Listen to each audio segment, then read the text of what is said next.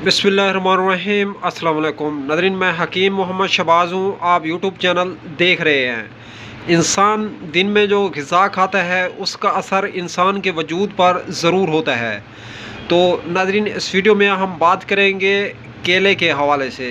केला जो है नाज़रीन, तमाम ग़िज़ाओं से ये जो है मुख्तलिफ़ ग़िज़ा है।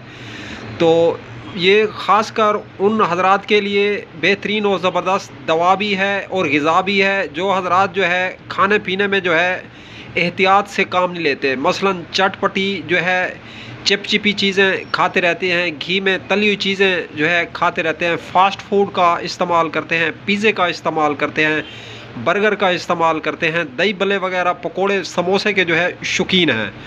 तो नाज़रीन, ऐसे अफराद को जो है एलर्जी जो है मिनटों में हाथ मार लेती है। हाथ और पाँव की जलन रहती है, मैदा अक्सर जो है ख़राब रहता है, तबखीर मैदा जो है हो जाती है ऐसे हज़रात को।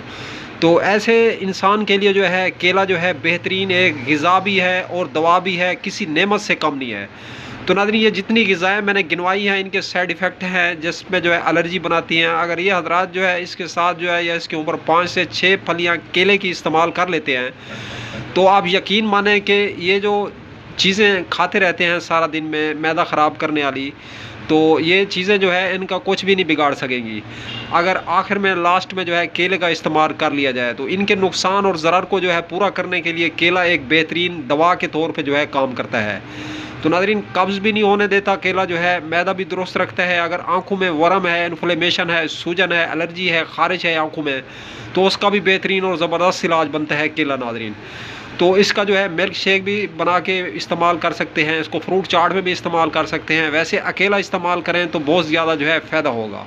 वो हज़रात जो है जिनको जो है ख़ारिश वगैरह नहीं छोड़ रही, तो ख़ारिश का भी बेहतरीन और ज़बरदस्त बेख़ता इलाज है केला। तो नाज़रीन, केले का इस्तेमाल जो है हमें अपनी ग़िज़ा में जो है ज़रूर रखना चाहिए। तो नाज़रीन, अब तक के लिए इतना ही। तब तक के लिए अपना भी ख्याल रखें और इस फेसबुक पेज और यूट्यूब चैनल का भी दोस्तों हम मिले किसी भी नई वीडियो के साथ। अब तक के लिए इतना ही। खुदा हाफिज़।